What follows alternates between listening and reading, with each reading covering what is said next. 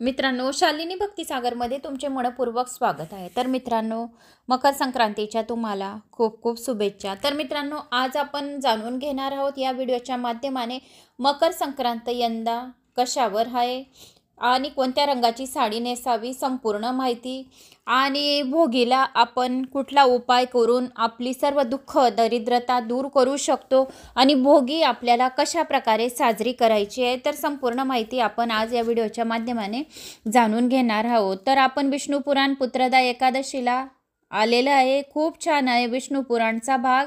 तर कशी महालक्ष्मीची आपल्याला पूजा अर्चना, कसा जन्म झालेला आहे, कोणता उपाय करावा आणि देवी भागवत पुराणमध्ये बी बरेच काही लिहिलेले आहे। तर तुम्ही नक्की ऐका, ते व्हिडिओ ऐकण्यासारखे आहेत। तर विष्णू पुराण सुद्धा अति छान आहे की महालक्ष्मीच्या जन्माची कथा संपूर्ण सांगितलेली आहे। तर नक्की श्रवण करायचे, श्रवणाने सुद्धा महालक्ष्मी आपल्यावर प्रसन्न होईल। तर आता आपण जाणून घेणार आहोत की मकर संक्रांतीचा महत्त्व। तर संपूर्ण महाराष्ट्रात मकर संक्रांत हा सण उत्साहात साजरा केला जातो।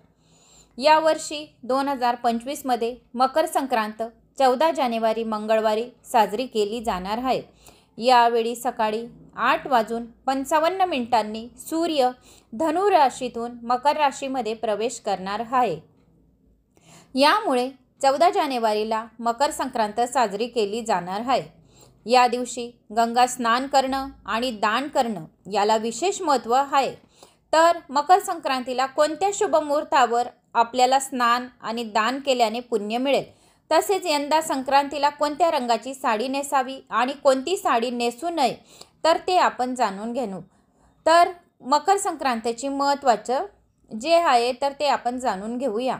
महत्त्व मकर संक्रांतीचं हिंदू धर्माच्या मान्यतानुसार मकर संक्रांतीला सूर्याची पूजेचं खूप महत्त्व आहे। या दिवशी आपल्याला सूर्याची उपासना करायची आहे, सूर्यदेवताचा मंत्राचा जाप करायचा आहे। या दिवशी आपल्याला सकाळी लवकर उठून आपल्याला सूर्याला अर्घ्य द्यायचे। अर्घ्य देताना सूर्यदेवताच्या जे अर्घ्य देताना त्या पाण्यामध्ये, त्या कळशामध्ये, तांब्याच्या पाण्यामध्ये तुम्हाला तीळ आणि गूळ नक्की टाकायचे आणि एक फूल टाकायचे। ओम गृणी सूर्याय नमः या मंत्राचा जप तुम्हाला नक्की करायचा आहे। जो कोणी सूर्याची मकर संक्रांतीच्या दिवशी उपासना करतो त्याचे दुःख दारिद्र्य लगेच दूर होते आणि मान सन्मानामध्ये प्रतिष्ठा वाढते। तर मकर संक्रांतीला तुम्हाला सूर्याची पूजा नक्की करायची आहे। या दिवशी सूर्य मकर राशीत प्रवेश झाल्याने हा दिवस मोठा व्हायला सुरुवात होते आणि थंडी हळूहळू कमी होते। मकर संक्रांत हे नवीन पिकाच्या आगमनाचं प्रतीक आहे। या दिवसापासून सूर्य दक्षिणायनातून उत्तरायणाकडे सरकतो। मकर संक्रांतीच्या दिवशी आपल्याला सूर्य सहस्रनामावलीचं जप करू शकता, विष्णू सहस्रनामावलीचं जप करू शकता, श्री सूक्तचं, महालक्ष्मी अष्टकचं आपण पठण श्रवण करू शकता। तर सूर्य दक्षिणायनातून उत्तरायणाकडे सरकतो। मकर संक्रांतीच्या दिवशी आपल्याला आपल्या अंघोळीच्या पाण्यामध्ये गंगाजल नक्की टाकायचे आणि आपल्याला या दिवशी भोगीच्या आदल्या दिवशी म्हणजे मकर संक्रांतीच्या आदल्या दिवशी आपल्याला 13 तारखेला अंघोळीच्या पाण्यात आपल्याला तीळ घालून आपल्याला अंघोळ करायची। आपले दुःख दारिद्र्यता सर्व 7 जन्माची दूर करायची आहे। तर आपल्याला या दिवशी आपल्या अंगाला तीळ बारीक करून घ्यायची, रात्रीच करून घ्यायची। तो डब्बा बारीक केलेला जो तिळाचं उबटन आहे ते तुम्हाला बाथरूमजवळ ठेवून द्यायचे। अंघोळ झाल्यानंतर आठवण येते तर अगोदरच ठेवून द्यायचे।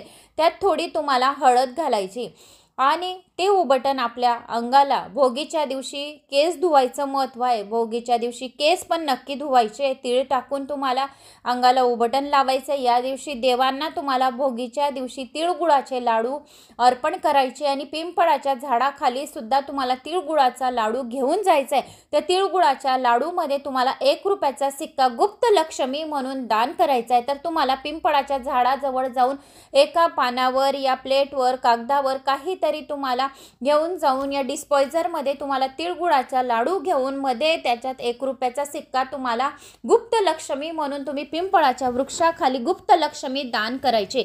ज्यांना काहीही शक्य नाही त्यांनी पिंपळाच्या झाडाजवळ जाऊन डिस्पोजरमध्ये एक लाडू गुप्त लक्ष्मी म्हणून तुम्ही दान करू शकता. हे दान सर्वात मोठं दान आहे, कारण की पिंपळाच्या वृक्षामध्ये साक्षात विष्णू श्रीहरी नरहरीचा साक्षात वास आहे. कारण की ओम नमो भगवते वासुदेवाय नमः. भोगीचा दिवस सर्वात महत्त्वाचा आहे, मकर संक्रांतीचा दिवस सर्वात महत्त्वाचा आहे आणि किंक्रांत असे हे 3 दिवस खूप महत्त्वाचे आहे. आणि त्याशिवाय सोमवारी शाकंभरी नवरात्र समाप्ती आणि पौर्णिमा, तर सोमवार मंगळवार बुधवार असे हे दिवस तुम्हाला खूप महत्त्वाचे आहेत. तर तुम्ही या महत्त्वाच्या दिवशी पिंपळाची झाडाची पूजा नक्की करायचे. तीळ आणि गूळ टाकून तुम्हाला जल अर्पण करायचं आहे पिंपळाच्या मुळाच्या वृक्षाशी. असे जर आपण केले, याच्याने आपले पित्तर सुद्धा संतुष्ट होतील आणि आपल्याला पित्रांची जे घास टाकायचे आपल्याला संक्रांतीच्या दिवशी, त्याच्या आदल्या दिवशी आपल्याला भोगीच्या दिवशी आपल्या पित्रांना संतुष्ट करायचं आहे. याच्याने आपले पित्तर जर नरकमध्ये पडलेले असतील ते नरकामधून बाहेर येतील आणि आपल्याला आशीर्वाद देतील. ज्या मुलींचे लग्न जुळत नाही, घरात कटकट चालू असेल, 7.5 असेल, या काही नवग्रहाचा दोष असेल, तर तो पिंपळाच्या झाडाखाली तुम्ही तिळगुळाचा भोग देऊन तुम्ही तुमचे सर्व नवग्रहाचे दोष तुम्ही निवारण करू शकता आणि ग्रह दोषापासून तुम्हाला मुक्ती मिळू शकते. तर तुम्हाला पिंपळाच्या झाडाखाली तिळगुळाचा लाडू आवर्जून ठेवायचा आहे आणि एक लांब वातीचा दिवा सरसोचा तेलाचा असो, जे तेल वापरत असणार ते तेल असो, या चांगल्या तुपाचा तुम्हाला दिवा गोल वातीचा लावायचा आहे. विष्णू भगवानला गोल वातीचा, लक्ष्मीला लांब वातीचा लाल रंगाचा नाडा राहतो, तर तो दिवा तुम्हाला लावायचा आहे. तर तिथे दिवा लावायचा आहे आणि ओम नमो भगवते वासुदेवाय नमः, ओम सूर्याय नमः, ओम नारायणाय नमः, ओम भगवते नारायणाय नमः असा सुद्धा तुम्हाला जो मंत्र येत असेल तो मंत्र तुम्हाला त्या दिवशी भोगीच्या दिवशी करायचे आहे. आणि अंघोळीच्या पाण्यामध्ये तुम्हाला तीळ टाकूनच स्नान करायचं आहे. या दिवशी तुम्हाला गाईला तिळगुळाचा लाडू तुम्हाला खाऊ घालायचा आहे, कारण तीळ आणि गुळ भोगीच्या दिवशी जर आपण गाईला खाऊ घातले तर 33 कोटी देवी देवता आपल्यावर प्रसन्न होतील. तर या दिवशी भोगीच्या दिवशी तुम्ही जेवढे तिळगुळाचे लाडू आजूबाजू या मंदिरात तुम्ही देऊ शकता, तेवढे दान धर्म करू शकता, तेवढं अति उत्तम. तर तिळगुळाचे लाडू तुम्हाला जो दिसेल त्याला सुद्धा तिळगुळाचे लाडू पौष महिन्यात तुम्ही देऊ शकता. याच्याने आपला ग्रह दोष आहे तर तो ग्रह दोष अगदी चांगला होईल. तर तुम्हाला भोगीच्या दिवशी असा हा उपाय करायचा आहे आणि भोगीचा हा उपाय सोमवार मंगळवार बुधवार 3 दिवसामधून केव्हा आपण केला तरी सुद्धा चालेल.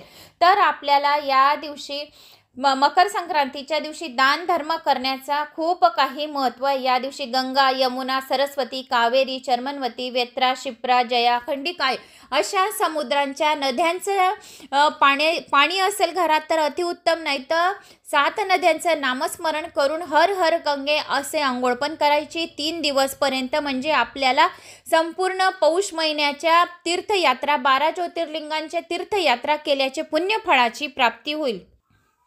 तर आपण मकर संक्रांतीचा पुण्यकालचा समय काय आहे तो जाणून घेऊया. शुभ मुहूर्त काय आहे. मकर संक्रांतीच्या दिवशी गंगे स्नान करून दान केल्याने चांगलं फळ मिळते, नाहीतर पिंपळाच्या वृक्षाखाली पाणी घालून तिळगुळाचे नैवेद्य द्या. याच्याने आपले पितृ जे आहेत ते संतुष्ट होतील असं मानलं जातं. पंचांगानुसार यंदा मकर संक्रांती 14 जानेवारी रोजी साजरी केली जाणार आहे. या दिवशी गंगा स्नान दान करण्याचा शुभ मुहूर्त सकाळी 9:03 सुरू होईल आणि संध्याकाळी 5:46 शुभ मुहूर्त आहे. तर कोणत्या रंगाची साडी नेसावी. देशभरात मकर संक्रांतीचा सण मोठ्या उत्साहात साजरा करण्यात येतो. या दिवशी काळ्या रंगाला अधिक महत्त्व आहे. शास्त्रानुसार मकर संक्रांतीला काळा रंग शुभ मानला जातो. मकर संक्रांतीला देवी ज्या रंगाच्या साडीमध्ये विराजमान होते त्या रंगाची साडी संक्रांतीमध्ये नेसायची नसते. देवीने परिधान केलेल्या रंगाची साडी ही मकर संक्रांतीमध्ये इतरांनी नेसणं अशुभ मानलं जातं. यंदा महिला काळ्या रंगाच्या साडीसह हिरवी लाल गुलाबी केशरी रंगाची साडी नेसू शकता. कोणत्या रंगाची साडी नेसू नये. मकर संक्रांतीला यंदा देवी पिवळ्या रंगाची साडी परिधान करून येणार आहे, त्यामुळे यंदा पिवळ्या रंगाची साडी नेसायची नाही. त्याशिवाय मकर संक्रांतीला हिरव्या किंवा लाल रंगाच्या बांगड्या घालाव्यात. मकर संक्रांतीला लाखेच्या बांगड्याला लाखेचा चुडा अधिक महत्त्व आहे, तर लाखेची एक बांगडी नक्की घालावी. त्यामुळे यंदा नक्की हातात लाखेच्या बांगड्या लाखेचा चुडा तुम्ही घालू शकता. तर तुम्हाला मकर संक्रांतीच्या अशी पूजा करायची आणि मकर संक्रांतीला तुम्ही हळदी कुंकूवाला सुद्धा सुवासिनींना बोलवू शकता. हळदी कुंकू देऊन तुम्ही सुहागनची सामान तुम्ही सुहागनला बांगड्या, टिकली यथाशक्ती तुम्हाला जे द्यायचं असेल ते तुम्ही सुहागनला हळदी कुंकू दानधर्म करू शकतात. तर मकर संक्रांतीची कथा. मकर संक्रांतीबद्दल अनेक कथा सांगितल्या जातात. मकर संक्रांतीच्या दिवशी संक्रांती देवीने संक्रासूर नावाच्या राक्षसाचा वध केला आणि सर्व लोकांना सुखी केले. त्या दिवशी सूर्य मकर राशीत होता म्हणून त्या दिवसाला मकर संक्रांती असे नाव पडले. दुसरी एक कथा अशी आहे की मकर संक्रांतीच्या दिवशी भगवान विष्णूंनी राक्षसाचा वध करून त्यांची मस्तके मंदार पर्वतात पुरले. राक्षसाचा वध केल्यामुळे वाईट आणि नकारात्मकता दूर झाली म्हणून आपण मकर संक्रांतीच्या दिवशी तीळ आणि गूळ घ्या, गोड गोड बोला असे म्हणतात. एकमेकांमधील नकारात्मकता दूर करण्याचा प्रयत्न करण्यासाठी हा दिवस अतिशय उत्तम आहे. मकर संक्रांतीच्या पौराणिक कथेनुसार भगवान सूर्यदेव धनु राशी सोडून मकर राशीत प्रवेश करतात. मकर राशीचा स्वामी शनिदेव आहे म्हणून मकर राशीत प्रवेश केल्यावर सूर्य आपल्या पुत्राला भेटायला जातात. पवित्र नदीत स्नान करण्याचे काय महत्त्व आहे? मकर संक्रांतीला गंगा, गोदावरी, प्रयाग आदी पवित्र नदी स्नान करण्याला विशेष महत्त्व आहे. सर्व तीर्थांमध्ये वारंवार स्नान केल्याने जे पुण्य प्राप्त होते ते मकर संक्रांतीच्या फक्त एका दिवशी एका गंगासागरात स्नान केल्याचे पुण्यफळाची प्राप्ती होते. अश्वमेघ आणि वाजपेयी यज्ञ पुण्य केल्यासारखे प्राप्त होते असे मानले जाते. कारण मकर संक्रांतीच्या दिवशी सगर पुत्रांना वाचवताना गंगासागराला जाऊन मिळाली होती याची एक कथा सांगितली जाते. सगर राजाने अश्वमेध यज्ञ केला आणि विश्वविजयासाठी आपला घोडा सोडला. इंद्रदेवाने त्या घोड्याला कपिल मुनीच्या आश्रमात बांधून ठेवले. सगर राजाचे 60,000 पुत्र युद्धासाठी कपिल मुनीच्या आश्रमात गेले आणि त्यांना अपशब्द बोलले. कपिल मुनींनी क्रोधित होऊन त्यांना भस्म केले. तेव्हा राजा सगरचा नातू राजकुमार अंशुमन हा कपिल मुनीच्या आश्रमात गेला. त्याने मुनीची माफी मागून आपल्या काकांच्या उद्धाराचा मार्ग विचारला. तेव्हा कपिल मुनींनी सांगितले, गंगेला पृथ्वीवर आणावे लागेल. अंशुमनेने कठोर तपश्चर्या केली आणि त्यातच आपले प्राण दिले. आपल्या आजोबांचे तप भगीरथी पुढे घेऊन गेला. हा भगीरथी राजा दिलीपचा मुलगा अंशुमनाचा नातू होता. भगीरथाच्या तपाने गंगा प्रसन्न होऊन पृथ्वीवर आली, पण तिच्या प्रचंड प्रवाहाने पृथ्वीवर हाहाकार माजला. तेव्हा भगीरथीने भगवान शंकराची तपश्चर्या केली जेणेकरून महादेवाच्या जटेतून गंगेचे पाणी पृथ्वीवर प्रवाहित होईल. महादेवाने भगीरथीच्या कठोर तपश्चर्यावर प्रसन्न होऊन त्याला इच्छित वरदान दिले. त्यानंतर गंगा महादेवाच्या केसात लीन होऊन पृथ्वीवर वाहत गेली. भगीरथाने गंगेला मार्ग दाखवला आणि गंगा कपिल मुनीच्या आश्रमात गेली.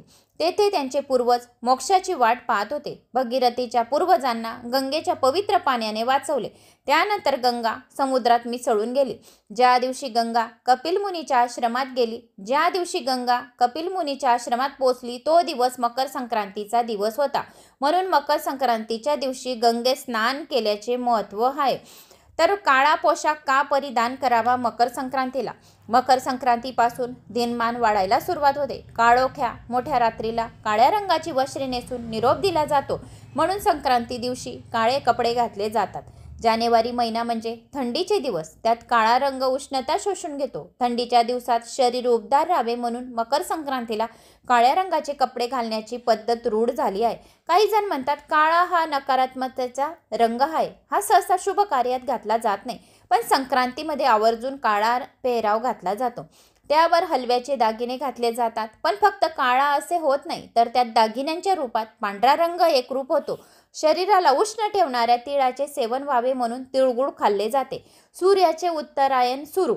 प्रत्येक महिन्यातच संक्रांत येत असते म्हणजे सूर्याचे एका राशीतून दुसऱ्या राशीत संक्रमण होत असते आणि मार्गक्रमण होत असते. सूर्य जेव्हा मकर राशीत प्रवेश करतो तेव्हा जी संक्रांत येते ती मकर संक्रांत. यावेळी सूर्याचे दक्षिणायन संपून उत्तरायण सुरू होते. दिवस हळूहळू मोठा होऊ लागतो. हा एकमेव असा हिंदू सण जो कॅलेंडरवर एकाच दिवशी येतो. त्याचं कारण म्हणजे सूर्याच्या स्थानानुसार हा सण येतो आणि बाकीचे सण चंद्राच्या स्थानानुसार येत असल्यामुळे त्याची तारीख बदललेली दिसते. तर अशी ही मकर संक्रांती नात्यामध्ये गोडवा वाढवणारी ही कथा तुम्हाला संपूर्ण माहिती सांगितली. तर मंत्र कुठला आहे? मकर संक्रांतीच्या दिवशी सूर्याचा जाप करायचा. भास्कराय ओम भास्करायस्य यथा तेजो मकरस्य वर्धते तथैव भवतां तेजो वर्धतामिति कामये. मकर संक्रांती पर्वन सर्वंबे शुभाशया. ज्याप्रमाणे मकर राशीत प्रवेश केल्यानंतर सूर्यदेवाचे तेज वाढते, त्याप्रमाणे मकर संक्रांत तुमची यश, संपत्ती, आरोग्यरूपी तेज वाढवणारी ठरो, असा या श्लोकाचा अर्थ आहे. या श्लोकाचा 108 वेळा जप केल्याने आपल्या घरातील सर्व इडापिडा दूर होऊन आपल्या मुलाबाळांना दीर्घ आयुष्याची प्राप्ती होईल. तर अशी ही माहिती होती तुम्हाला मकर संक्रांतीची. तर मला अशी आशा आहे की तुम्हाला हा माझा व्हिडिओ आवडल्यास एक लाईक, चॅनलला सबस्क्राईब नक्की करा. तर मित्रांनो, जाणून घेऊया की या दिवशी आपल्याला कुठले कामं करायचे नाही आहेत मकर संक्रांतीच्या दिवशी. तर मित्रांनो, मकर संक्रांतीच्या दिवशी प्याज याने कांदा, लसण, मांस, मछली, शराब असे नश्याचे जे चीजे आहेत तर ते आपल्याला खायचे नाही आहे. या दिवशी आपल्याला कोणाचं मन दुखवायचं नाही, अभद्रभद्र काही बोलायचं नाही आहे. या दिवशी चाकू, छुरी, कैची, सुही अशा वस्तू आपल्याला खरीदायच्या नाही आहेत, विकत आणायच्या नाही आहेत. या दिवशी आपल्याला झाडांची कटाई छटाई काही करायची नाही आहे. या दिवशी कोणी दान देईल त्याला मना करायचं नाही आहे.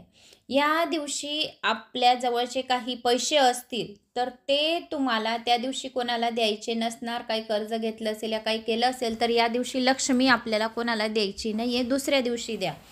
या दिवशी तुम्ही जरूरतमंदला जर कोणी दान देत असेल तर त्याला तुम्हाला काहीही बोलायचं नाही आहे.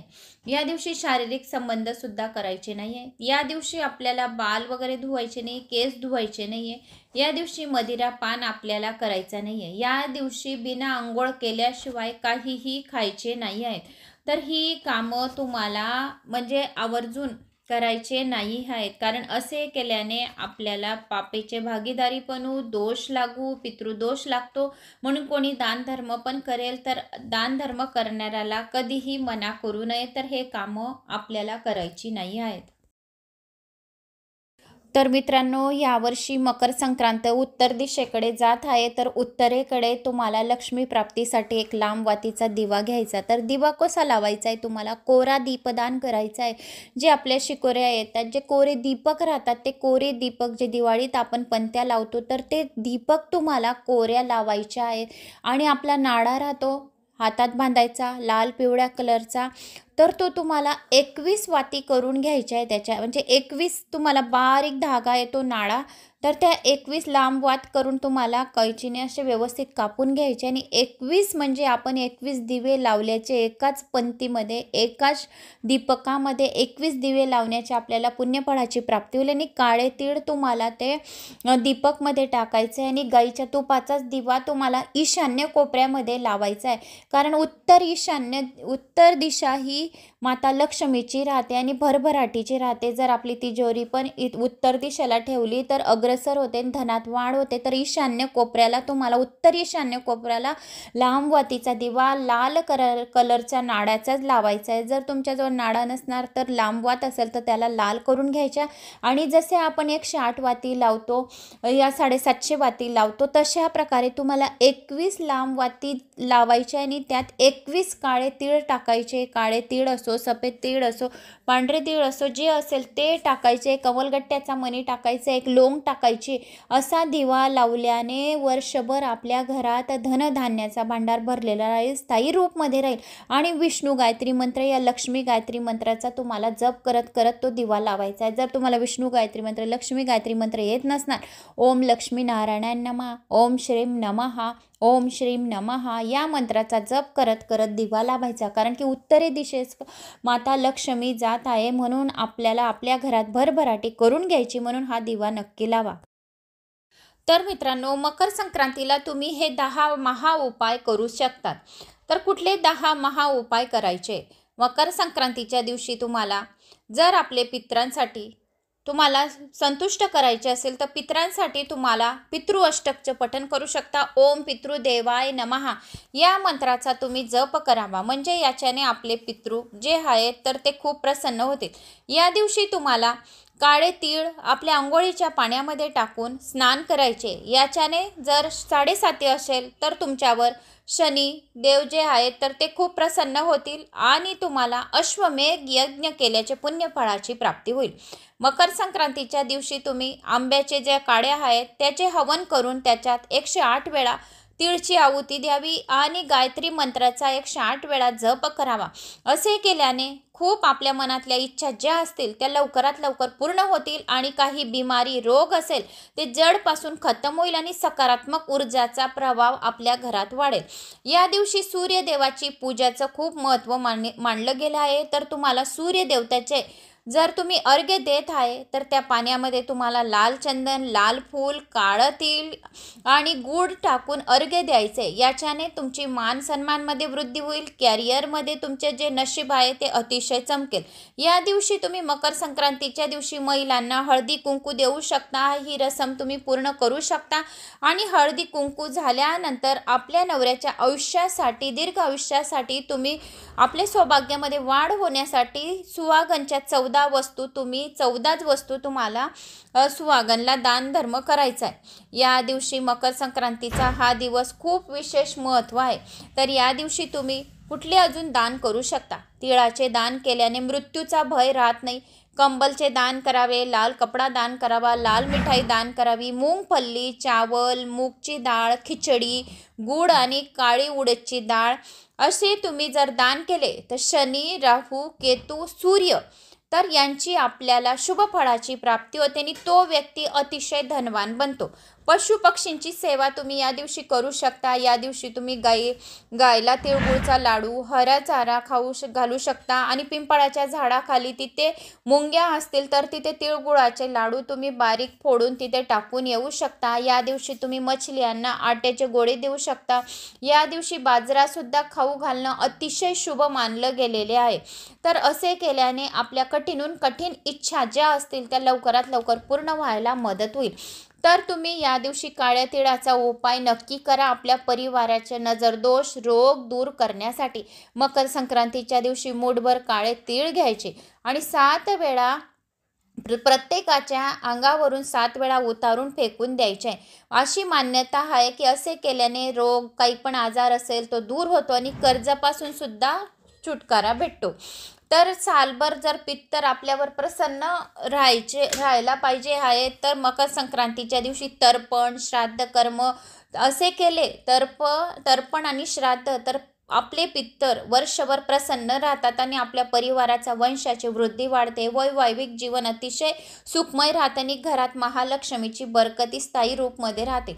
मकर संक्रांतीच्या दिवशी घीचं दान करण्याचं अतिशय महत्त्व आहे. घीचं दान जर केलं तर यश, कीर्ती आणि सुखसुविधा वाढतात. तर असे तुम्हाला मकर संक्रांतीच्या दिवशी हे सुद्धा तुम्ही 10 उपाय केले तरी सुद्धा आपल्यावर आपल्या कुलदेवतेची कृपा प्राप्त होते. कारण की या दिवशी हा दिवस अतिशय महत्त्वाचा मानला गेलेला आहे मकर संक्रांतीचा.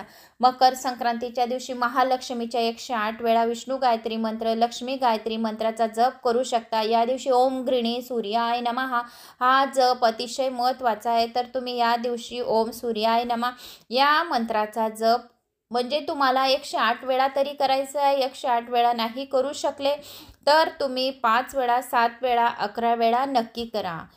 व्हिडिओ आवडल्यास एक लाईक, चॅनलला सबस्क्राईब करा, शेअर करायला विसरू नका. शालिनी भक्तिसागर कथा ते पण माझं चॅनल आहे, त्या चॅनलला बी सबस्क्राईब करा. जय श्री महाकाल.